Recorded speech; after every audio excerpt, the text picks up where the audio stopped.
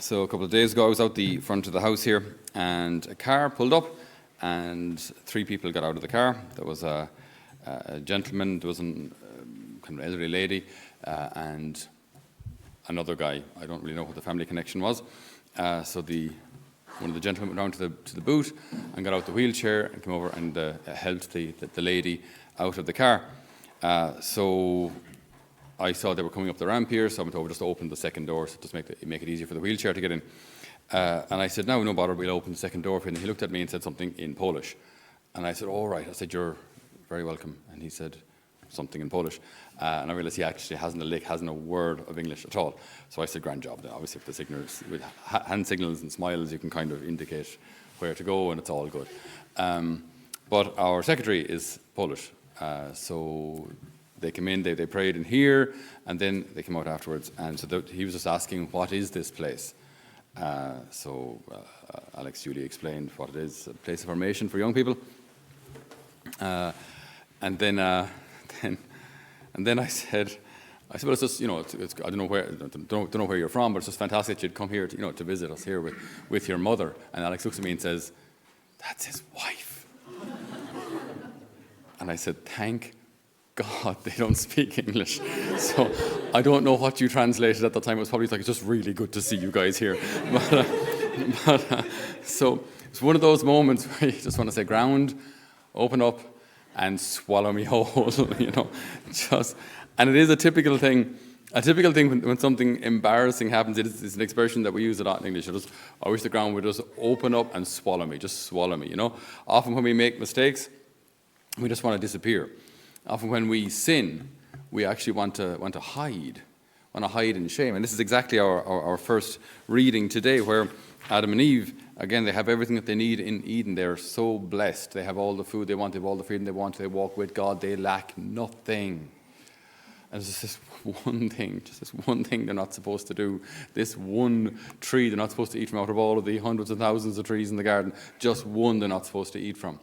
And that's exactly what the tempter goes from. It's the very same in our own day. We've been blessed in so many ways, so many good things, so many good people in our lives. But the tempter will always want to focus our attention on that maybe thing that's a little illegal, or thing that we're not supposed to have, or that elusive joy that maybe can be found if we disobey God. And that's it's the age-old way of tempting people. So God has blessed you in this way and that way and the other way. But there's this other thing, and if you take from God, if you steal from God, you'll be happier. Disobey Him. And we fall for it. We fall for it. And then what does He do? You see, after the fall, after He has been successful in convincing us to do something we shouldn't do, what does He do then? Then He accuses us of the very thing He was encouraging us to do. Look at you now, and you call yourself a Catholic, and you call yourself a husband, and you call yourself a wife. Look at you. You're a disgrace. You're an embarrassment. You're a failure. So the very thing He encourages you to do, He then rubs your nose in it afterwards. So what's our reaction? Is our reaction the same as Adam and Eve, run and hide? Possibly. Possibly. It can be easier to run and pretend everything is okay and I'm happy in my own little world over here, even though my little world is separate from God. I can be happy enough to separate myself from God, keep away from Him, keep away from holy things, because they make me feel bad. Holy things amplify the grace within us. So they help us to see more clearly what I've done, what I've failed to do. They help me to see more clearly the state of my soul. So if I'm not at rights with God, I'll find any mention of Catholicism or grace or church or rosary beads or Stations of the Cross or priests or nuns absolutely vile. I'll find it hideous. I'll find it repulsive, because all of these things just amplify that, or all of these things just remind me of that grace I have received that now I'm not living according to. They remind me, they amplify that contradiction within me. I've been called to greatness and you're living in muck. So this is the age-old problem that we all experience. It's this lie, this fallacy of sin. If we sin, we'll be happier. That's the root of temptation. But it doesn't work. It has never worked. It has never worked. In the history of mankind, it has never worked. But it's still his tactic. So, what do we do? What can we learn from this gospel? They eat of the fruit that they were forbidden to eat. They hear the sound of God in the garden. So what do? Compare, like we have how many little babies? We have a few little babies here. We have little Joshua down there. Compare what a child does. Oh yeah, sure. Another employee was here during the week with her two little boys, and there was one of them who was running, and she said, "This little boy only knows how to run at full speed." I think I mentioned this before already. He only knows how to run at full speed, and it's terrifying to watch him run, right? Because when he runs, it's like legs and feet and ankles and nappies sloshing all over the place, and it's semi-controlled chaos. Do you know what I mean? And then you see when they run and the feet are kind of turned in, and then the feet are turned out, and it's like it's so unstable. And then she says, "Wait for it," and then off, boom, he falls. And then she just looks at me and said, "That's how he stops." Like, you could try just reducing the pace of the forward motion. That would also slow you down sufficiently to bring you to a halt. But like this can be like our how we deal with life as well. We keep running till we collapse. We keep running until we collapse. And the Lord is calling us to something so much better, so much more. So what happened, like when little Oscar would fall, immediately look for mom. Immediately he'd look for mom. But see what happens here in Eden. Adam and Eve fall. What do they do though? Rather than looking for dad, rather than looking for him or his consolation, they run from him. They hear him coming and they run the other direction. "I heard the sound of you in the garden. I was afraid, so I hid." Do you see what's gone wrong here? Like this is, I know that we've heard this passage so often, I might just go over our heads, but do you see what's wrong here?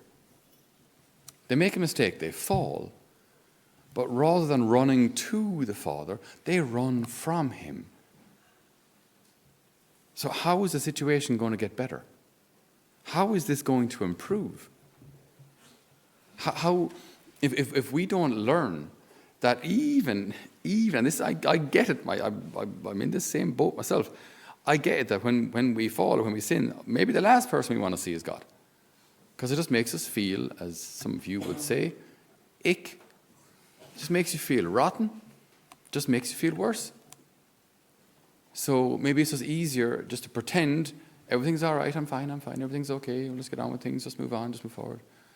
But that's just not the truth. So we're just not living in the truth. We're trying to convince ourselves it's the truth. And it leads to this ever-increasing tension within us, because it's just not. We're just not living according to what we've been called to at all. So imagine the situation again. At various points, so the serpent comes to Adam and Eve, mainly to Eve initially, right, and says, "If you eat of this fruit, you will not die, but you will be like gods, and your eyes will be opened." What could Eve have done? "Daddy, there's a snake here," right, who said that if I eat of this fruit, I'll be more like you. What do you think? And he would say, "I've already created you in my image and likeness. You are already like me. You have an intellect and a will. You can love. You are already created like me." All right. Do you know what you can do, serpent? You can, and then swear words may have been invented in Eden at that point. You can go away now. All right. Okay? Or, second, even after the fall, right? They fall. What could they have done? "Daddy, I think I've done something wrong."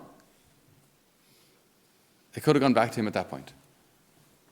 At no point do they run to the Father. At no point do they say sorry. At no point do they own their sin and say, "I did this, it was wrong, I'm sorry." And it's actually so freeing to do that. The opposite is harder.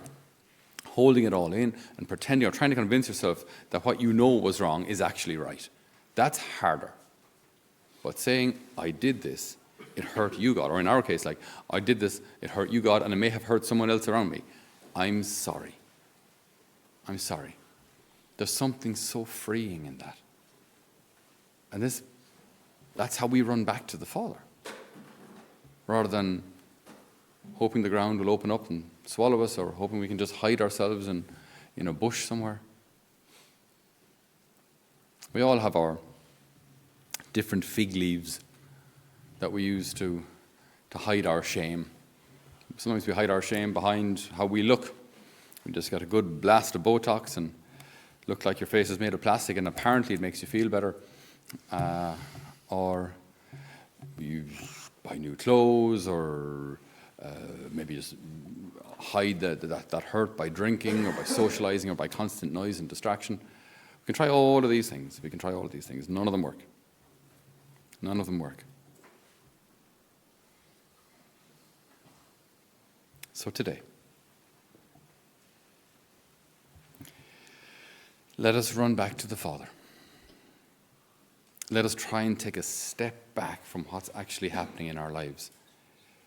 Like when we can just see with a bit of perspective what's happening in my life. The Lord has created me good.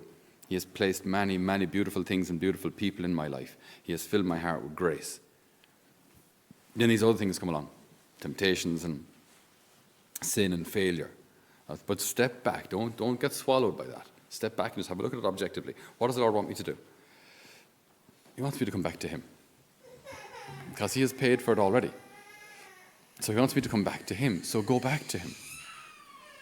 He wants me to create unity. So create unity. If I need to ask forgiveness, ask forgiveness. Just get on with it, get it over with, and get on with something more joyful and freeing. Let us live like children of the Father.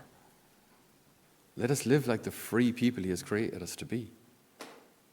Just a little step of humility towards the Father.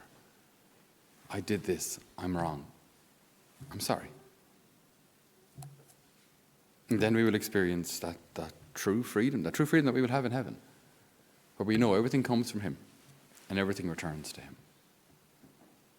May the Lord bless us today with a greater love for Him, a greater love for the Father.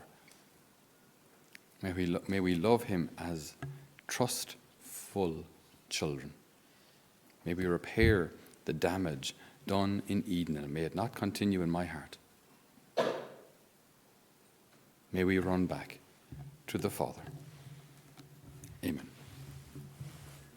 So, dear brothers and sisters, on the 15th of June this year, about 15 of our young people from Holy Family Mission will take place in the Half on the Head half marathon in County Kerry in aid of our missionary work here in Holy Family Mission.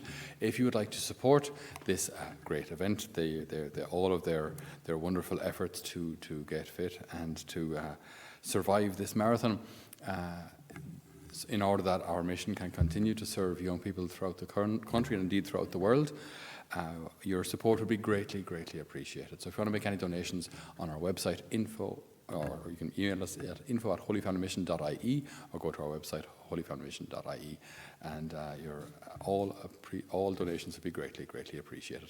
Thank you very much, and God bless you.